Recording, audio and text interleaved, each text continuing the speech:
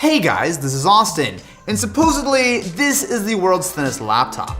So this is the Acer Swift 7. So thinner is usually better, right? You don't see everyone walking around with enormous laptops anymore. However, my question is, how thin is too thin? As this guy measures in at less than 10 millimeters thick. So, inside the box we get some paperwork. Perfect. That's a thin laptop. All right. At first glance, it doesn't seem crazy. So we have a couple ports on the side, but we'll get to that in just 1 second. A USB-C to USB-A adapter in the box. How thoughtful. Apple. We also have a USB-C to HDMI adapter included in the box, and the power cable is also USB-C. If you hadn't guessed yet, this laptop has only USB-C ports, although this is a little bit big for a USB-C charger. So that's one of the downsides to having something that is so thin. And like I've said with all the other USB-C devices this year, such as the MacBooks, while it's a great connector, it's absolutely the future, it's difficult to get by with no standard USB ports today. That is a nice looking laptop. So side by side with the current generation 12-inch MacBook, it is a fair bit thicker. So you're seeing there's a lot bigger of a taper here. Now, this is not exactly a super thick laptop by any means, but this is definitely thinner. And something you won't find on the 12-inch MacBook are two USB-C ports, which the Swift has. So at the very least, you can plug in something like an external drive and also charge your laptop at the same time. You know, like any laptop ever should be able to do. I do like the finishes of the laptop, but it gets really fingerprinty very quickly. I haven't even turned it on, and yet it's completely coated already. Open up the Swift 7, and you will find the 13.3-inch 1080p IPS display. Now, while it might not be quite as high resolution as I'd like, it's actually a really nice looking panel. Something you won't find is a touchscreen. So no matter how much I touch the Gorilla Glass display, nothing happens.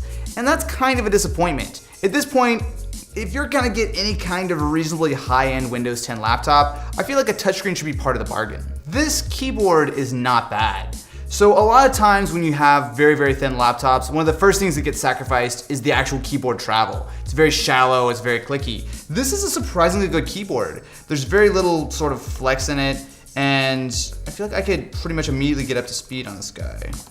The trackpad is also not bad. So even though it's a little bit of a weird shape with it being very wide and not so tall, the accuracy is nice. We have things like multi-touch gestures. I can swipe to go back. And that's one of the things that's really kind of immediately jumping out to me about the Swift 7. Even though it's a super thin laptop, Acer didn't compromise on the essentials, right? So the screen is solid, keyboard is surprisingly good, even the trackpad is completely usable. And that includes running the headset off of the built-in batteries. Speakers are also decent. So unlike most laptops, especially these days, they're actually firing downward, which means that the sound is not quite as clear as it could be. But for something that's this thin, it gets a pass. Something you won't find around back are any vents, as this is a fully fanless laptop. Now that's not exactly something brand new. However, a lot of times you're gonna end up sacrificing performance. And with this, we're getting a slightly lower spec CPU. Inside, we have the latest 7th generation Intel Core i5 processors based on Kaby Lake. So that's fully up to date. However, these are the same processors that used to be called Core M. Essentially what that means is in return for that fanless design, it's a much lower watt part at around 4.5 watts.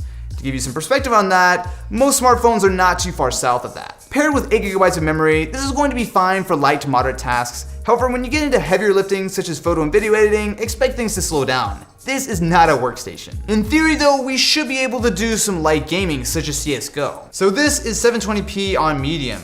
And it's not bad. It's not the smoothest experience in the world, so we're bottoming out around the mid-30s on the frame rate. But for a bit of gaming, this is not bad. Also, you are a moron. I wish all gaming could just be played against easy bots on CSGO. I shouldn't play with real people, that's a bad idea. A few moments later. Okay, so I probably shouldn't crouch, right? That's not a good idea. Oh, come on, that was actually pretty close. That was pretty close.